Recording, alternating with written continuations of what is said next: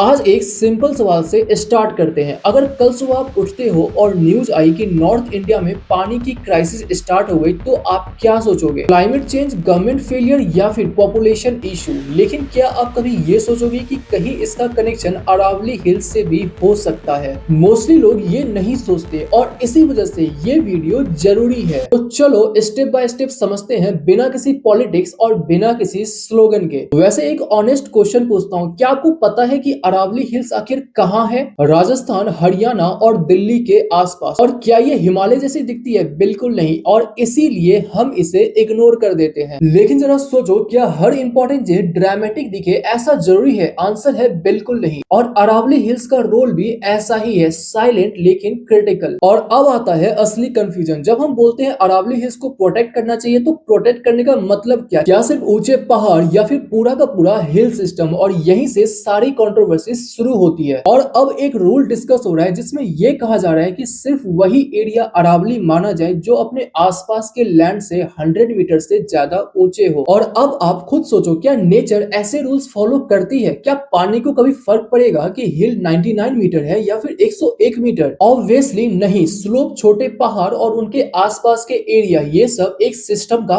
Part होते हैं। अगर आप एक सिस्टम का आधा हिस्सा हटा दोगे तो बाकी का आधा हिस्सा काम कैसे करेगा? ये बिल्कुल वैसा ही है जैसे आप कार का इंजन मेंटेन करो लेकिन ब्रेक्स को इग्नोर कर दो। अब एक और क्वेश्चन, अगर अरावली सिस्टम वीक होता है तो क्या इफेक्ट तुरंत दिखेगा? आंसर है नहीं। और यही सबसे डेंजरस पार्ट है, क्योंकि चेंजेस धीरे धीरे होते हैं। ग्राउंड वाटर थोड़ा थोड़ा कम होता है, फार्मिंग पे प्रेशर बढ़ता है और लोग शहर मूव करने लगते हैं। और जब क्राइसिस न्यूज बन जाती है तो हम बोलते हैं अचानक ये सब कैसे हो गया। स्ट्रॉन्ग कंट्रीज एनवायरनमेंट को सिर्फ नेचर का पार्ट नहीं मानती, क्योंकि वो जानती है कि लैंड और वाटर क्राइसिस सीधा स्टेबिलिटी को हिट करता है। और इनस्टेबिलिटी का मतलब होता है पॉलिटिकल प्रेशर, इकोनॉमिक लॉस और गवर्नेंस प्रॉब्लम। और इसीलिए ये एक एनवायरनमेंट का इशू नहीं बल्कि फ्यूचर प्लानिंग का इशू है। एक बात क्लियर कर देते हैं, डेवलपमेंट जरूरी है। आप भी चाहते हो, मैं भी चाहता हूँ, हम सब चाहते हैं। लेकिन एक सवाल हम सबको पूछना चाहिए, क्या आज का फायदा कल के नुकसान से ज्यादा है? और अगर आंसर अनक्लियर है तो हमें अपने डिसीजन पे रीथिंक करना चाहिए। अरावली हिल्स का टॉपिक सिर्फ एक डिबेट नहीं है, ये एक मिरर है। मिरर जो दिखाता है कि हम लॉन्ग टर्म सोच रहे हैं या फिर शॉर्ट टर्म रिएक्शन दे रहे हैं। बॉर्डर्स पे अटैक दिखता है, इकोलॉजी का अटैक दिखता नहीं, और जब दिखता है तो ऑप्शन कम रह जाते हैं। अरावली हिल्स का इशू एक एनवायरमेंट डिबेट नहीं है, ये एक सिग्नल है। ये एक सिग्नल है जो ये दिखाता है कि हम अपने लॉन्ग टर्म सिस्टम को कितने सीरियसनेस के साथ ट्रीट कर रहे हैं। आज ये डिसीजन छोटा लग सकता है लेकिन इसका इम्पैक्ट फ्यूचर में दिखता है। अगर ये वीडियो इन्फॉर्मेटिव लगी हो तो इस वीडियो को शेयर करो उस इंसान के साथ जिसे सिर्फ हेडलाइन नहीं बल्कि पूरी पिक्चर समझनी चाहिए। तब तक के लिए गुड बाय, मिलता हूँ अगली वीडियो में।